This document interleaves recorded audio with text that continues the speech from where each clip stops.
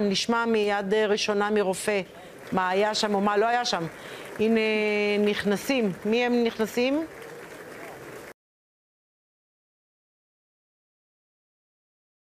מואב ורדי, שלום לך. שלום איילה. כן, מה שלומך? בסדר. כוסס ציפורניים. פרידמן היום. כן. לא מזמן. הוא מיישב את הסתירה. הוא אומר, תשמעו, א', אני לא יודע, תשאלו את הבית הלבן, מה אתם רוצים? זה מה שביידן אמר לי. לא, השבוע, הכחיש אותו כבר פעם אחת השבוע. הבית הלבן דווקא עומד מאחורי הדברים של פרידמן, אחר הצהריים. זאת אומרת, לא מסכים עם הנגבי, אבל אני חושב שזה לא כל כך חשוב. מכיוון שאת יודעת, היית כתבת מדינית המון שנים. בסוף ביידן אמר משהו לנתניהו ב2-3 דקות מתוך השיחה. מבחינת ביידן המשקל הסגולי של זה הוא נורא נורא גדול. מבחינת נתניהו כנראה שלא. כל צד יכול לפרש את זה. אלדד יניב עבד עם ראשי ממשלה, יש פה אנשים מאוד... עם ראש ממשלה, לא עם ראשי ממשלה. נכון אלדד? לא. עם ראש ממשלה, כן. עם ראש ממשלה. לא, אבל אני... אבל הוא ראש ממשלה בפוטנציאל, אז הוא מבין את הז'אנר. נכון. אתה הולך לפוליטיקה, אלדד? לא. פתאום. אתה עושה לו פה אאוטינג. יש משהו ששווה בשבילו לעזוב את האולפן של איילה, תסביר לי. בקיצור, מה שאני אומר זה שזה לא כל כך משנה. מה שמשנה זה שזה מה שביידן חושב. מה זה משנה אם הוא אמר את זה לנתניהו או לא אמר את זה לנתניהו? הנה, עכשיו הוא אומר את זה וזו דעתו. ולכן דעתי השאלה היא, מעבר לעד כמה זה ישפיע על הנאום, כן או לא, בכל זאת מעמד חגיגי, 75 שנים לישראל, איזה השלכות יהיו לזה על נתניהו? האם הוא יעשה איזשהו התאמות מסוימות, או עכשיו, או בחודשים הקרובים, לאור המסר הברור של ביידן, והאם ארצות הברית תעשה משהו, אני לא יודע מהו. הוא גם לא מדיד, בהכרח, שנייה אלדד, בנוגע לישראל. לא צריך לנתק יחסים ולא להעריך מחדש, יש 1,001,000 דרכים. לא, אבל אותו פרידמן פרסם על הערכה מחודשת של היחסים, והבית הלבן במקרה הזה הכחיש אותו. נכון. בצורה מביכה. אז עכשיו צריך לפצות גם אותו קצת, אתה יודע. מה זה משנה? אנחנו מכירים יחסים. חבר'ה, אמרת לי שהייתי כתבת מדינית. תראה, תומאס, רגע, מואב, גם לנו מותר לדבר בשידור שלנו. זה פטנט כזה מעצבן. זאת אופציה. תשמע ידידי, גם אתה היית כתב מדיני לצידי, אולי קצת פחות שנים. בסוף יש יחסי... לא, ממש לא, חלילה. אני צוחק, כן. זה עניין של גיל פשוט. חד משמעית. בסוף יש יחסים של מאזן אימה בין פוליטיקאים לבין עיתונאים. אלה דברים שלא נאמרים בקול רם. זה חלק גם מהבית משפט שהולך עכשיו בסיפור של... אבל באמת אני שואל, את חושבת שביידן לא חושב ככה או לא? לא, מה זה? ביידן אומר את דעתו בקול רם ל-CNN. הוא בסדר. אבל יש הבדל עצום, מואב, בין דעתי לא נוחה ממה שקורה בישראל. אני לא אוהב את הז'אנר הזה, גם פוליטיקאים ישראלים מערבבים שם לא מעט, לבין לשים, אתה יודע, לבין לשים אקדח על הרקה. הוא לא שם שום אקדח, אבל זה בדיוק העניין. ויש שם אקדח. הוא לא שם אקדח, הוא אומר, תראו חברים, אני אוהב אתכם. אם אתם הולכים בכיוון הזה, משהו בסיסי באופי של ישראל כמדינה דמוקרטית. יש פה ניואנס מאוד חשוב. כן. מה אומר ראש הממשלה? ראש הממשלה אומר, אני אמרתי לו שאני מעביר את החוק בשבוע הבא. נכון. אני אמרתי לו שאני מעביר את השופטים בחורף, ואני אמרתי לו שבקיץ, בין הסבירות לשופטים, אני אנסה לגבש הסכמה, למרות שאין עם מי לדבר. מה אומר תום פרידמן? תום פרידמן מציג את זה בצורה אחרת לגמרי. הוא מציג את זה כאילו ביידן אמר לו, תדע לך, על הכל צריך קונסנזוס. זה הפוך לחלוטין מה שנתניהו אומר. זה לא ניואנס. יש פה סתירה. אלדד, נניח לא יצויר שהסבירות... רגע, בוא מואב, בוא נשלב. מואב ידידי, בוא נשלב עוד אנשים. כן, מה שאני כבר מגיעה אליך. איילה, אני יכול להציע אפשרות שהיא מאוד מאוד פשוטה. תראי, אני אגיד לך מניסיון אישי, אני הייתי על עשרות שיחות. אז היה ראש הממשלה שרון, הנשיא בוש עם המבטא הדרומי, שרון בקושי הבין אותו. על השיחה תמיד, אני מניח שצחי הנגבי היה על השיחה, מהצד השני היה ג'ק סליבן או מישהו אחר. על השיחות עם שרון וזה, אני הייתי, מצד השני הייתה קונדליסה רייס. השיחה עצמה, לפעמים זה היה כאילו, את יודעת, שניים מכוכבים אחרים, את יודעת, במקביל. טוב, אבל זה לא אותו אירוע פה. כן, אבל... שרון היה עם אנגלית קשה, והוא היה לו מבטא טקסני כבד, ובהתחלה הוא התייחס אל שרון מאוד באכזריות. לגמרי. הפגישה הראשונה עם שרון יצא כמו ילד נזוף משם, עד שלא קרה ספטמבר 11, לגמרי. ואז בוש שינה לגמרי את כל האירוע הזה, ואז נסענו לוויקו, טקסס. אבל אני מסכים. סיפור קטן של... אפרופו זה. מיכל, אנחנו נגיע אליך אם מואב תשחרר. הוא לא בקלות, נילחם. וואו, הנה. תודה רבה.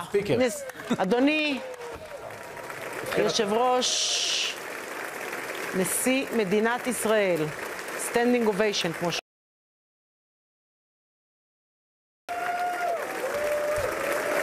בהחלט אהוד שם. אהוד בפני עצמו ואהוד נוכח המחשבות האחרות. קל להתאחד סביבו. כן. קודם כל מדינת ישראל אהודה, הוא מייצג את ישראל. זה נכון. ביקור שנהגה ותוכנן מזמן כבר. לפני סיפור הרפורמה, כדי לציין 75 שנה למדינת ישראל והערכה של ארצות הברית לישראל על 75 שנותיה. זה האירוע, הוא נקלע לתוך מערבולת הרפורמה. הברית, יפה. טוב, ניתן לתמונות לדבר. בואו ניתן לתמונות. אחיו שגריר בוושינגטון. ואבא שלו היה הנשיא הראשון שנשא נאום בפני שני בתי הקונגרס, הוא השני.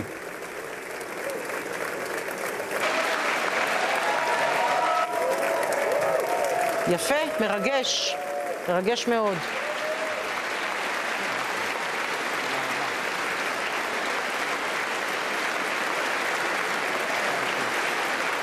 תשואות ממושכות, מחיאות כפיים ממושכות לנשיא המדינה, מדינת ישראל.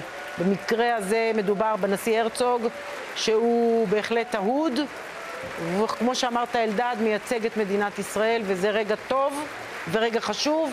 לכן אמרתי אתמול וחשבתי שהנסיעה הזו חשובה, והנאום הזה חשוב, וצריך לראות את זה בקשרים בין המדינות, ולא של רחלני עיתונות ורחלני שנאה, ושל ההוא מתוסכל וההוא מתוסבך. צריך לראות את זה בעיניים האלה, שלנו כאזרחי מדינת ישראל. אמריקה היא בת ברית ענקית שלנו, חשובה לנו, יש עליות ומורדות, מותר שיהיו גם במחלוקות, גם בין בני זוג יש מחלוקות, וזה קטע מרגש. זה מרגש, זה גם... פעם האחרונה שזה קרה, זה היה כשנתניהו הגיע ונאם בקונגרס, אבל אז הוא הטיח ביקורת מאוד קשה בממשל. באובמה. נכון, פה זה יהיה הפוך לחלוטין. ספרו כמה פעמים היה סטנדינג אוביישן אז. בדיוק. 38 פעמים. נכון, וזה הדבר שעושים, בדיוק מה שרציתי להגיד. איך הזיכרון עובד עדיין? מה שסופרים שם זה את זמן מחיאות הכפיים, פה זה כבר נראה לי כמה דקות, ואת הסטנדינג אוביישן. אולי זה יהיה כל הנאום. אני במקום הרצוג הולכת על הז'אנר הזה. לא, זה מדד מאוד חשוב. מי צריך יותר? תמונה כזאת זה התמונה הכי טובה להרתעת החיזבאללה. זה בסוף, זה בהתחלה, כבוד עצום למדינת ישראל. הם בת הברית הגדולה שלנו, ואנחנו בת הברית הגדולה של ארצות הברית. נכון שהם מעצמה ואנחנו לא, אבל כל העולם יודע שאנחנו החברים הכי קרובים, וזה רגע חשוב לכל האויבים שלנו מסביב. ואני רוצה להגיד עוד מילה אחת על... כן, מיכאל, ידידי. האיש, כן, שלא נמצא שם, וזה בנימין נתניהו, כן. שאוהב את המעמד הזה, והיה בו כבר כמה פעמים בעבר. בעת הזאת, סביב הרגישות, בטיימינג הנוכחי הזה, העובדה שהרצוג שם עושה אפילו לא שירות יותר טוב מה שהוא עצמו היה שם. הנה. עכשיו עוד סבב של... עוד סבב. יפה. פעם 2, אנחנו... דני, אתה ממונה בשידור הזה לספור. לא, סולימן יספור. פעם שנייה. ודני... יש גם מספור את משך הזמן שאמר. לא. תראו, חבר'ה, יהיו הרבה היופי פה שלא יהיו מי שיסובב את הגב, כמו שקרה אצל נתניהו. נכון. וואו, מרגש, מאוד יפה. אהבנו.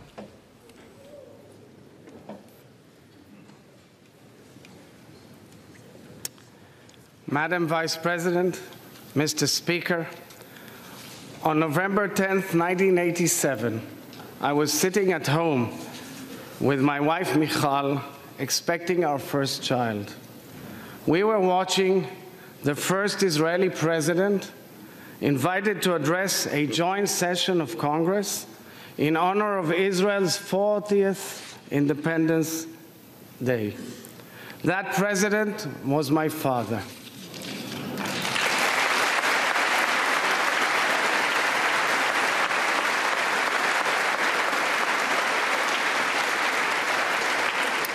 Standing here today, representing the Jewish Democratic State of Israel in its 75th year, at the very podium from which my late father, President Chaim Herzog, spoke, is in the honor of a lifetime, and I thank you wholeheartedly for it.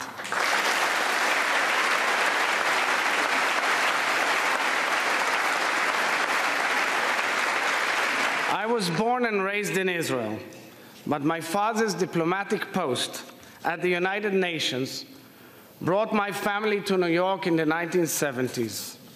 During high school, I volunteered with the Legal Aid Society for the Elderly in Brooklyn, New York. I volunteered with the impoverished and the underprivileged elderly, including war veterans and Holocaust survivors who gave their best years to the country they loved. My mentor at the organization was a subtle, reserved professional. She was strictly business. The moment she broke character has remained with me for almost 50 years. It was the day she told me the love of her life died fighting for Israel. Her fiancé, a tall, bright American Jewish boy, was inspired by the Zionist dream and the Jewish people's desire for independence. He voluntarily boarded a ship to Haifa, fought in the Israeli military, and fell in the battle for Israel's independence just weeks before their wedding.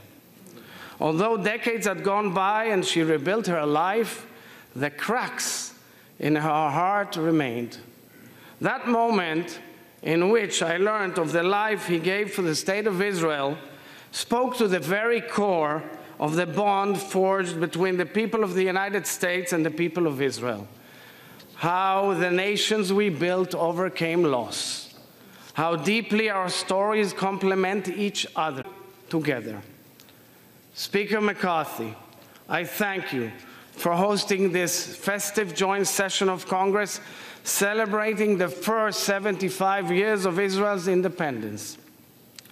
Just a few weeks ago, during your first trip abroad as Speaker, you honored the Israeli people by addressing the Knesset in Jerusalem, the capital of the State of Israel and the Jewish people. Your sincere expression of friendship on behalf of the United States of America truly resonated with the Israelis. Thank you.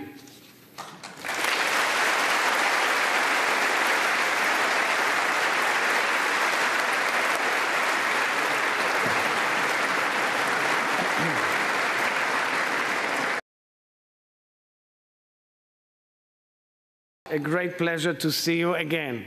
I vividly recall hosting you at the Knesset a few years back. Your stirring remarks at the Israeli Embassy's Independence Day reception a few weeks ago reflect both yours and President Biden's decades-long ironclad friendship with Israel.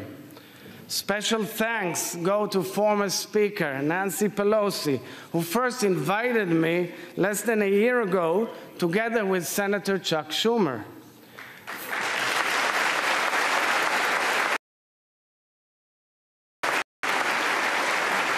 And special thanks to dear friends, Senate Minority Leader Senator Mitch McConnell and House Minority Leader Congressman Hakeem Jeffries for this bipartisan, bicameral invitation. And my thanks also to the distinguished members of the Escort Committee for greeting me so beautifully.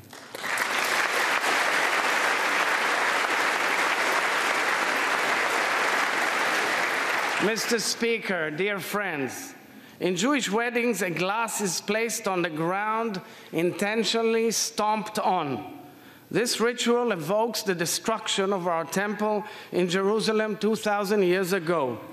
Only after the glass is broken, the celebration can truly begin.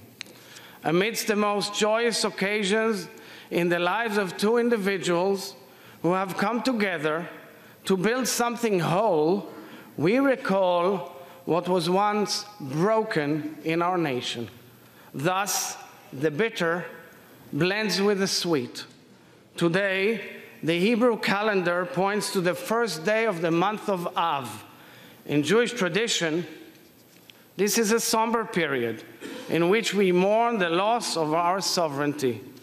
Jewish communities all over the world lament the beginning of our national exile, where throughout 2 millennia, we continuously expressed a spiritual connection to our ancestral homeland, a longing to return home and regain our independence. Yet today, at this moment in my people's history, gathering on Capitol Hill to celebrate 75 years of Israeli independence with our greatest partner and friend, the United States of America, my soul is overflowing with pride and joy.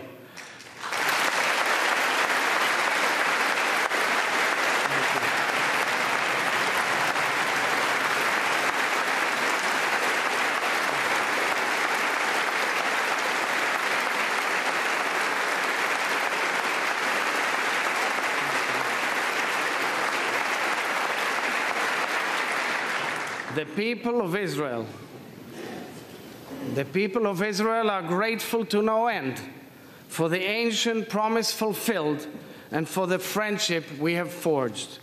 In 1949, the President of the United States of America, Harry S. Truman, met with the chief rabbi of the newly established state of Israel, my grandfather, Rabbi Yitzchak Isaac Halevi Herzog, in the Oval Office.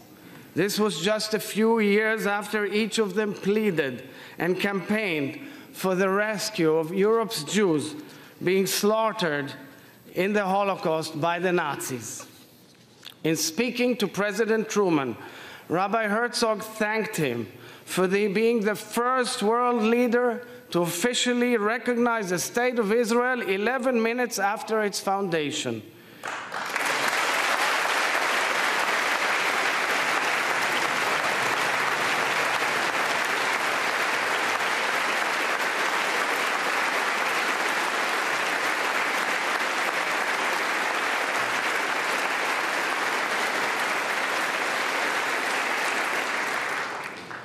He spoke, Rabbi Herzog, of the divine providence that destined President Truman to help bring about the rebirth of Israel after 2,000 years of exile.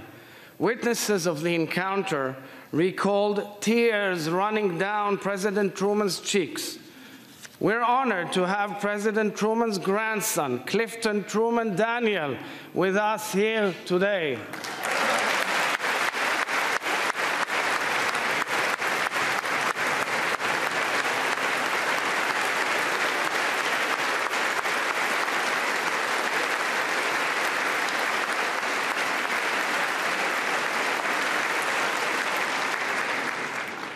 When the State of Israel was established in 1948, the land which the Almighty promised Abraham, to which Moses led the Israelites, the land of the Bible, of milk and honey, evolved into an exquisite land of democracy. Against all odds, the Jewish people returned home and built a national home which became a beautiful Israeli democracy, a mosaic of Jews, Muslims, Christians, Druze and Circassians, secular, traditional, and Orthodox, of all denominations, of all possible views and lifestyles. A land which welcomed the ingathering of exiles from over 100 nations.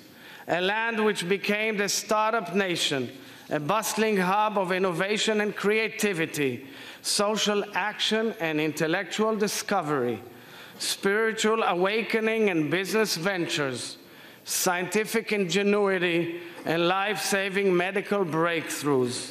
We built a nation-state which has faced relentless war, terror, and delegitimization since its birth.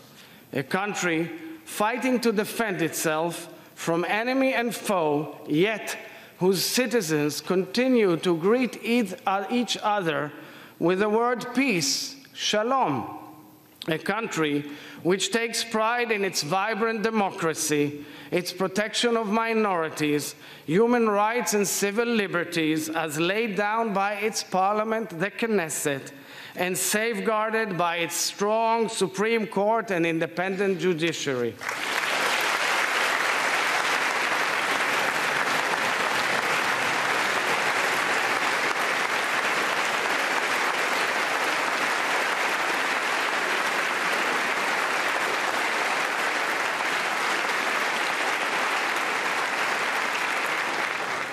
A state founded on complete equality of social and political rights to all its inhabitants, irrespective of religion, race, or gender, as stipulated explicitly in Israel's Declaration of Independence, a country which is ever evolving, a diverse amalgam of accents, beliefs, backgrounds, and customs, truly a modern-day miracle. This is the sweetness in which our country has been blessed. However, dear friends, the bitter casts a dark shadow on our country, on our region, and on the world. Mr. Speaker, perhaps the greatest challenge Israel and the United States face at this time together is the Iranian nuclear program. Let there be no doubt, Iran does not strive to attain nuclear energy for peaceful purposes. Iran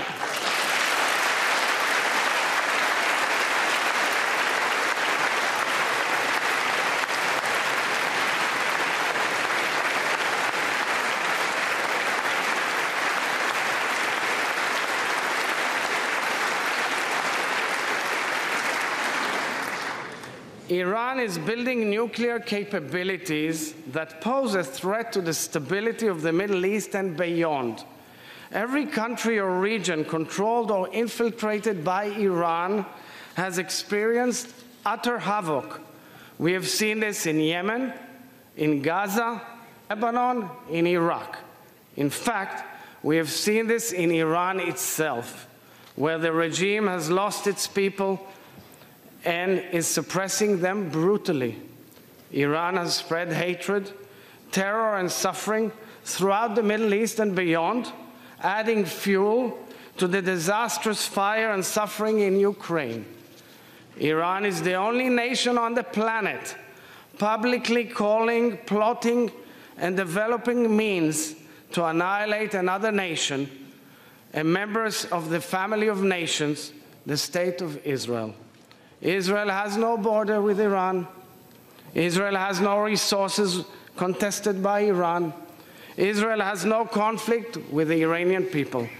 And yet, the Iranian regime, together with its proxies throughout the Middle East, is aiming and working towards destroying the State of Israel, killing the Jews, and challenging the entire world, the entire free world. Allowing Iran to become a nuclear threshold state, whether by omission or diplomatic commission, is unacceptable.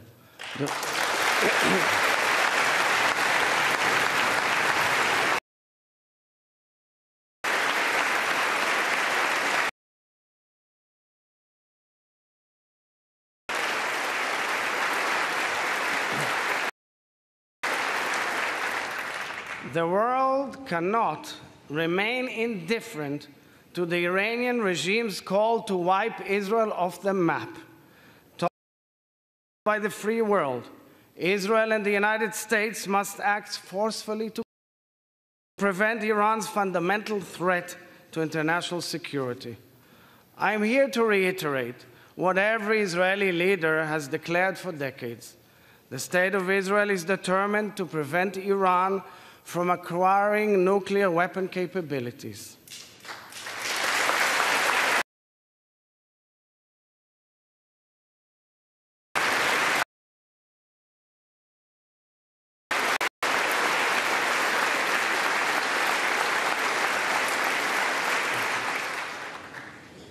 Mr. Speaker, we are proud to be the United States' closest partner and friend. We are grateful to the United States for the necessary means you have provided us to keep our qualitative military edge. Ongoing commitment to Israel's security. We are also tremendously proud that ours is a two-way alliance in which Israel has been making critical contributions to the national security interests of the United States of America in numerous ways. Thank you, dear members of Congress, for your support of Israel throughout history and at this critical moment in time.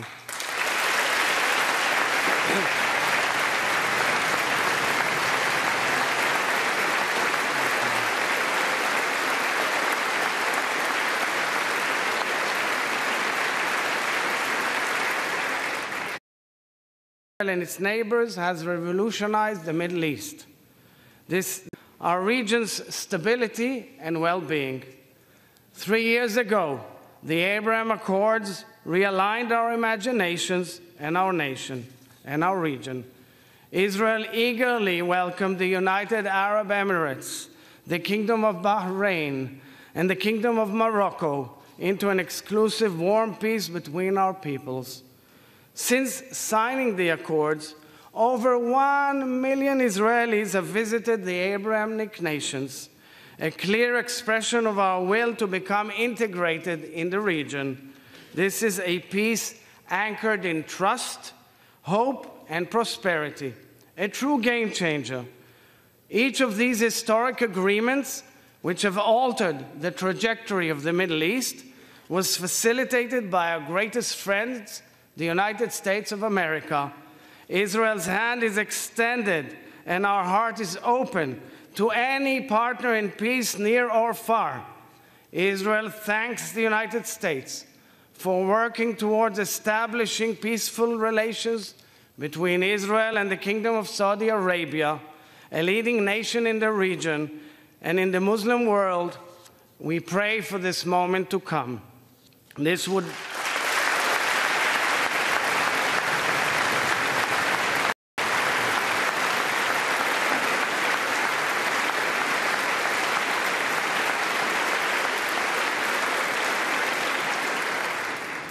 would be a huge sea change in the course of history in the Middle East and the world at large. My deep yearning, Mr. Speaker, is for Israel to one day make peace with our Palestinian neighbors.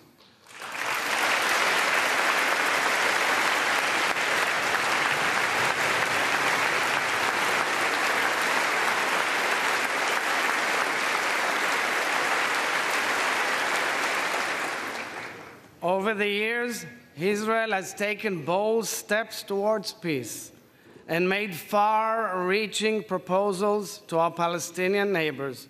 However, true peace cannot be anchored in violence, notwithstanding the deep political differences and the numerous challenges that surround the Israeli-Palestinian conflict and relations, and I do not ignore them. It should be clear that one cannot talk about peace while condoning and legitimizing terror implicitly or explicitly. True peace cannot be anchored in violence.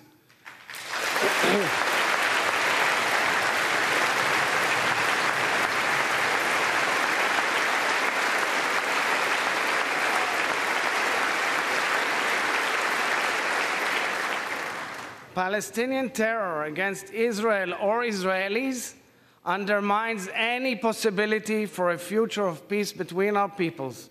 Israelis are targeted while waiting for buses, while taking a stroll on the promenade, while spending time with their family. At the same time, successful terror attacks are celebrated, terrorists are glorified, and their families are financially rewarded for every Israeli they attack. This is inconceivable. It is a moral disgrace. Terror is not a bump in the road. Terror is hatred and bloodshed. It contradicts humanity's most basic principles of peace. Israel cannot and will not tolerate terror, and we know that in this we are joined by the United States of America.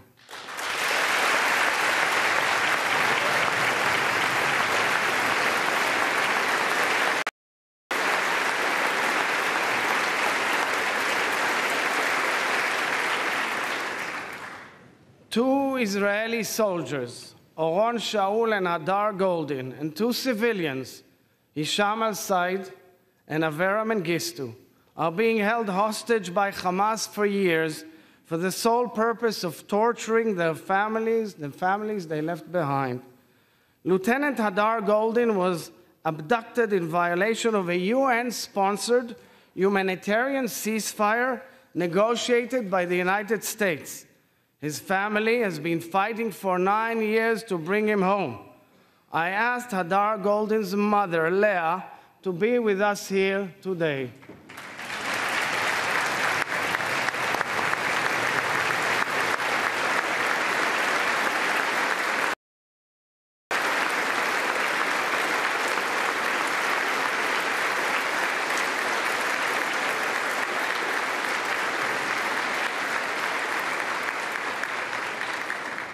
We pray for her son's return, as well as the 3 other Israelis. We pray for the fulfillment of Isaiah's prophecy. Nation shall not take up sword against nation, neither shall they know anymore. The younger generation of Israelis and Palestinians deserve better. They are all worthy of a future to look towards, a future of peace and prosperity, a future of hope. And I'm wholeheartedly committed to this vision, a vision of hope and peace, true peace, without any terror.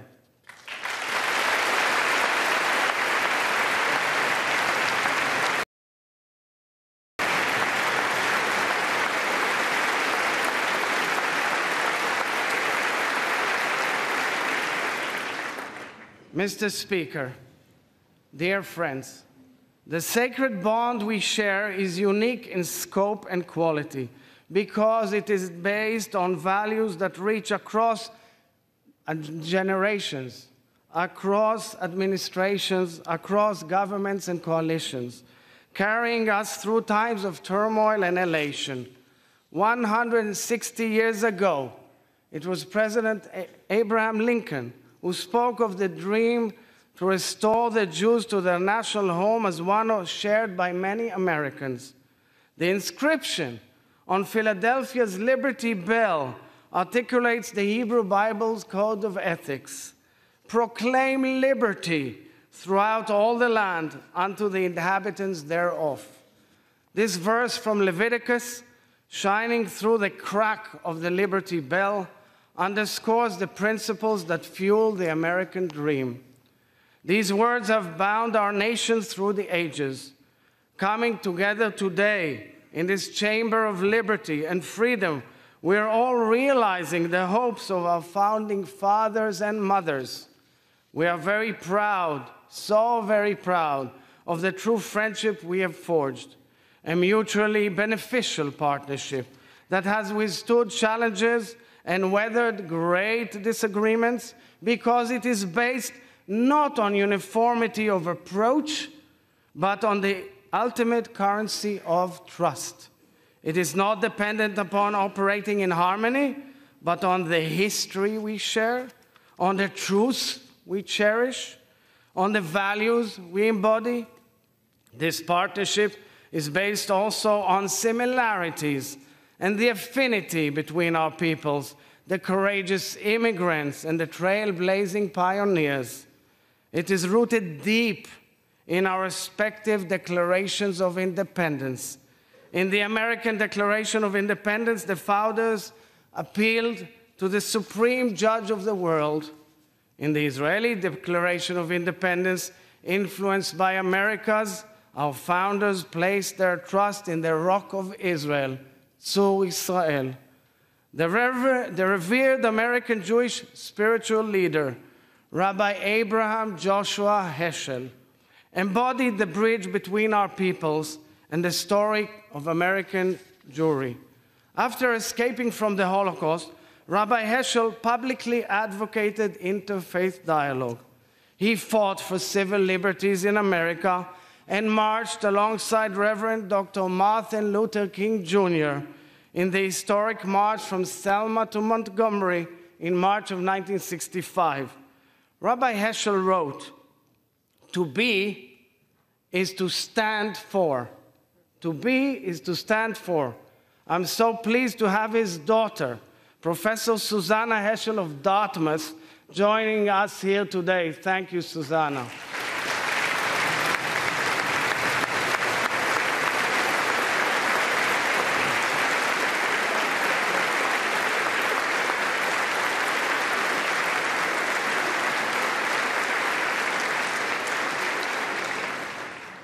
Susanna, your father reminds us that the principles we defend make us what we are. Ultimately, Israel and the United States stand, and indeed have always stood, for the same values. Our two nations are both diverse, life-affirming societies that stand for liberty, equality, and freedom. At our core, both our peoples seek to repair the cracks in the world. Having said this, I'm really well aware that our world is changing. A new generation of Israelis and Americans are assuming leadership roles, a generation that was not privy to the hardship of Israel's formative years, a generation that is less engaged in the roots that connect our peoples, a generation that perhaps takes for granted the US-Israel relationship. Yet, at this moment, I am optimistic, because to me it is clear that the shift in generations does not reflect changing values, nor does it indicate changes in our interests. When the United States is strong, Israel is stronger.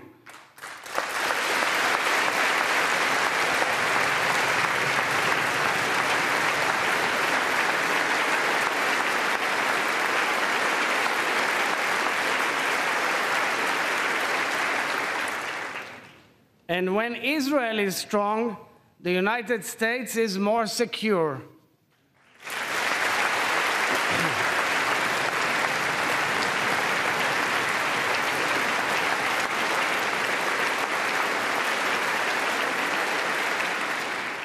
Today, my dear friends, we are provided the opportunity to reaffirm and redefine the future of our relationship. Each of us here has a decisive role in the future we are building. Many of the challenges Israel and the United States face are similar. We are all experiencing a tumultuous shift in balance, evident in countless areas. Geopolitical unrest, big power competition, catastrophic war in Ukraine, pandemics, climate crisis, the unknown of artificial intelligence, energy shortages, food insecurity, scarcity of water and desertification, global terror, social polarization, and the attempts to destabilize democracy.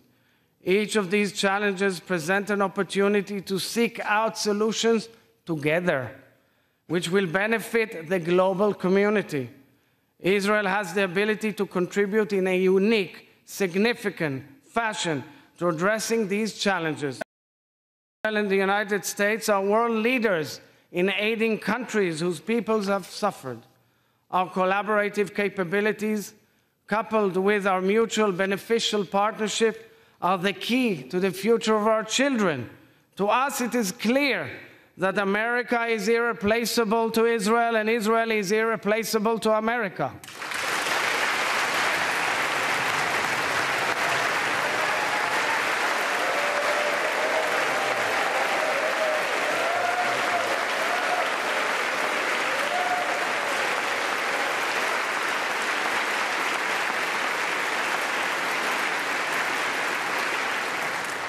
It is time to design the next stage of our evolving friendship and our growing partnership together. So let's do it together, ladies and gentlemen. Let's elevate our partnership to new levels. Mr. Speaker, I'm not oblivious to criticism among friends, including some expressed by respected members of this House. I respect criticism, especially from friends, although one does not always have to accept it.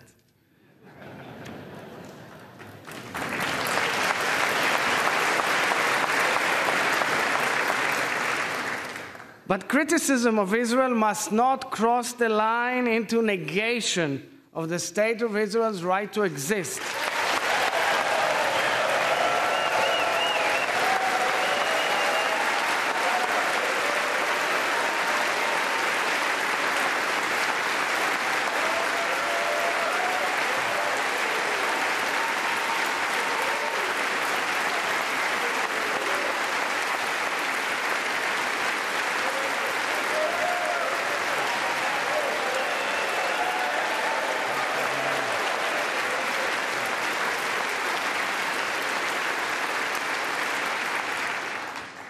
Questioning the Jewish people's right to self-determination is not legitimate diplomacy, it is anti-Semitism.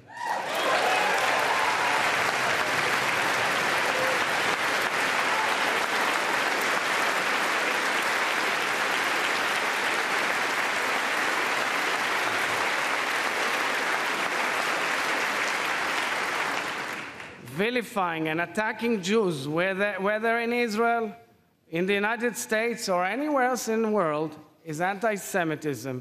Anti-Semitism is a disgrace in every form, and I commend President Joe Biden for laying out the United States' first ever national strategy to combat anti-Semitism.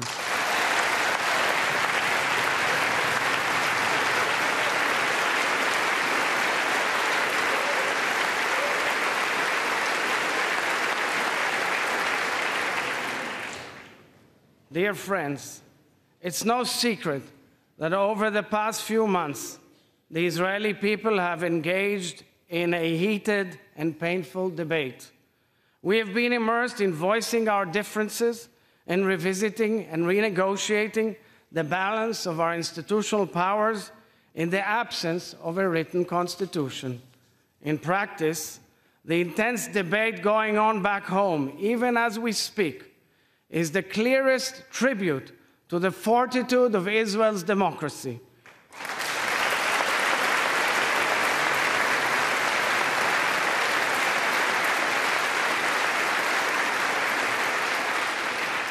Israel's democracy has always been based on free and fair elections, on honoring the people's choice, on safeguarding minority rights, on protection of human and civil liberties, and on a strong and independent judiciary.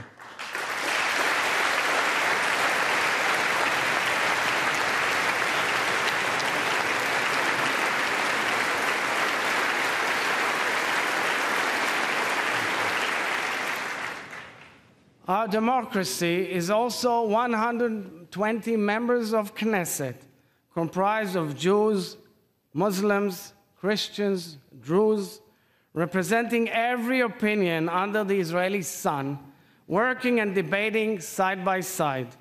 Our democracy is also late Friday afternoon, when the sound of the muezzin calling to prayer blends with a siren announcing the Sabbath in Jerusalem, while on one of the largest and most impressive LGBTQ pride parades in the world is going on in Tel Aviv.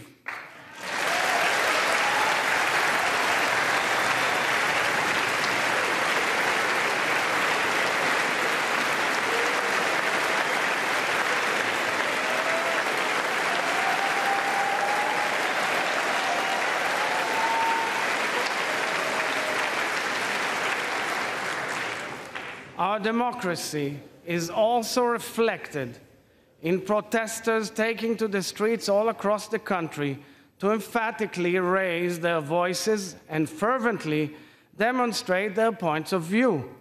Our democracy is the blue and white Israeli flag, waved and loved by all Israelis taking part in the debate. I am well aware of the imperfections of Israeli democracy, and I'm conscious of the questions posed by our greatest of friends.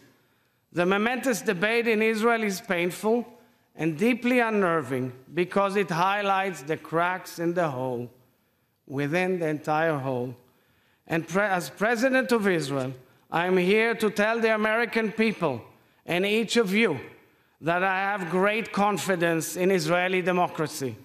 Although we are working through sour issues, just like you, I know our democracy is strong and resilient. Israel has democracy in its DNA.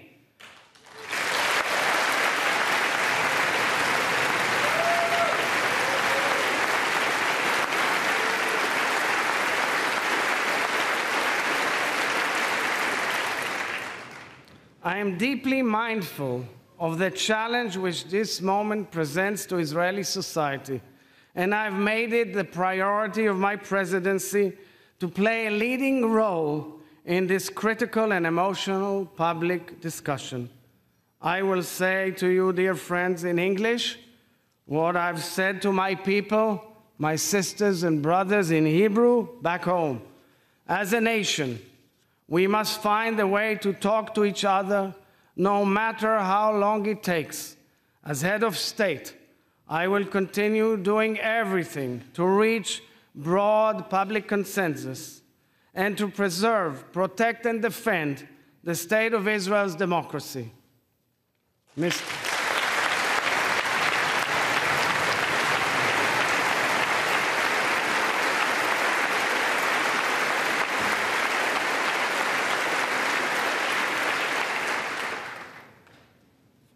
Dear friends, for so many Israelis, this very public debate is also very personal.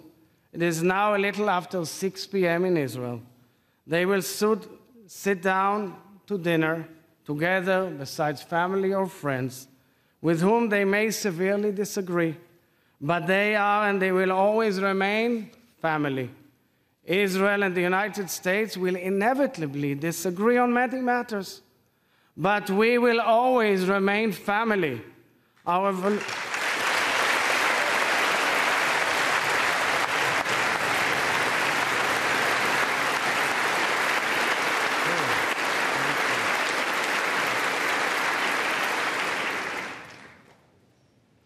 revolutionary societies have so much to give to the world and so much to learn from each other.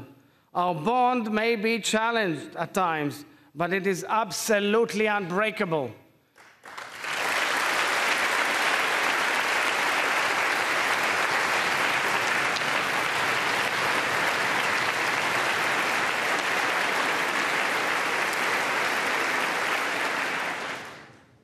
The Israeli national anthem Hatikva is a song of hope.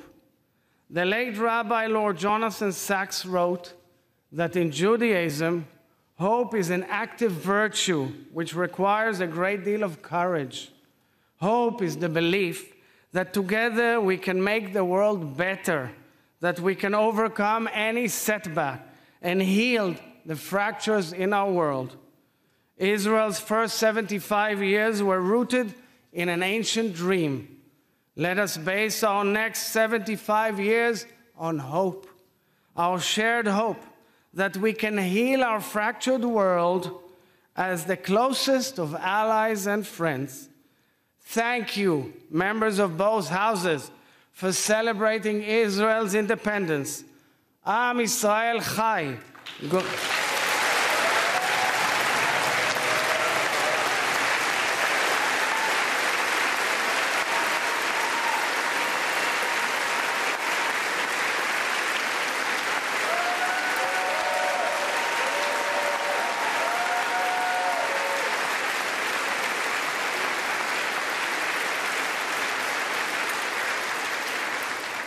God bless the state of Israel and God bless the United States of America.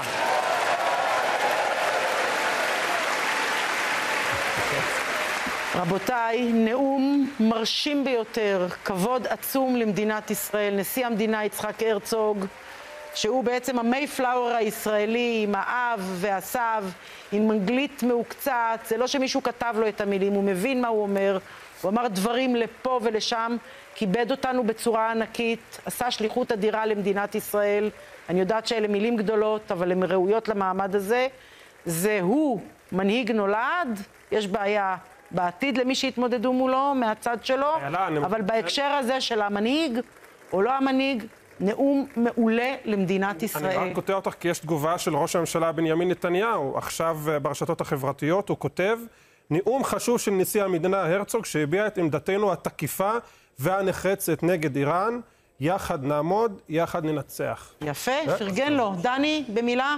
אלא שני דברים. קודם כל, את יודעת, אמריקה אוהבת את הוליווד והאגדות.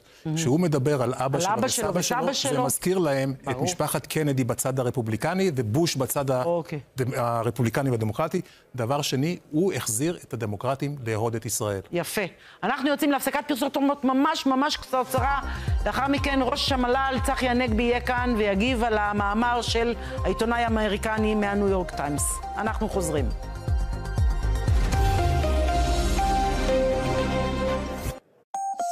המשדר המיוחד בחסות קולקציית המאווררים של סטאר, לישון עם סטאר, כוכבית 2230. שלבקת חוגרת זה כמו להרגיש דקירות מאלפי מסמרים. פונים לרופא על שלבקת חוגרת והחיסון מחדש. פארק עתידים עבורי הוא גשר של חדשנות. פארק עתידים תל אביב. שני כהן, יוסי מרשק, אורי פפר ולוסי אריש בדרמה מרגשת, גרגירי חול, בקולנוע. יודבטה? איזה קפה מפנק המצאתם? אתם לא אמיתיים. טעם יודבטה. פסטיבל הקולנוע ירושלים, 13 עד 23 ביולי. ווסטינגהאוס, מותג מאווררי תקרה האמריקאי. ווסטינגהאוס, השקט שלכם. מטילדה, המחזמר, אוגוסט, בית האופרה תל אביב. קופת תל אביב. ברור שהיה זמן. חדש מסטארקיסט, לנצ'בוקס, לאכול טעים ומאוזן, גם כשאין זמן. סוויסיסטם, נראה אותך יוצא מהמיטה. סוויסיסטם, מיטה חכמה. אתם לא צריכים סך בנק. בנק יהב מציע הלוואות עד 18 שנים בהחזרים חודשיים נוחים. בנק יהב. הכירו את שירי מרגלית. בעבר עבדה בחברת הייטק, והיום מחנכת ומורה למתמטיקה ולמדעי המחשב במודיעין. בואו גם אתם להשפיע בחינוך, להוביל את דור העתיד שלנו וליהנות מתנאי שכר משופרים, הכשרה יהודית לאקדמאים, ליווי אישי והעסקה גמישה. גם אני בחרתי להשפיע בחינוך. מתחברים לחינוך, משפיעים בחינוך. חפשו שער להוראה ברשת, או חייגו כוכבית 6552. איזו חגיגה! ברור, לא בכל יום חוגגים 100 לחברת החשמל. היא כאן מאז... מה? מה זה? אתה שחור לבן? העיר חוברה ליחדיו. רוט קיבלתי. נחש, תקה, נחש. איפה נחש? אני חושש. אז תחשוש חיובי. עברנו לא 100. אז מה קורה עכשיו? עכשיו? מריאן. חברת החשמל מציינת 100 שנה ומזמינה אתכם לפסטיבל החשמל. חוויה לכל המשפחה בחוות חפצי בחדרה. הכניסה חינם. והחשמל. חברת החשמל.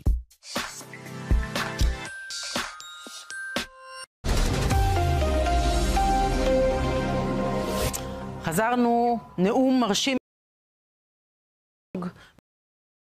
לך. אני רוצה ככה בנימה פחות חגיגית לצטט באוזניך את העיתונאי האמריקני תומאס פרידמן, שלדבריו, הדברים שאמר הנשיא ביידן לדבריו לראש הממשלה. הנשיא ביידן לא יכול להיות ברור יותר במסר שלו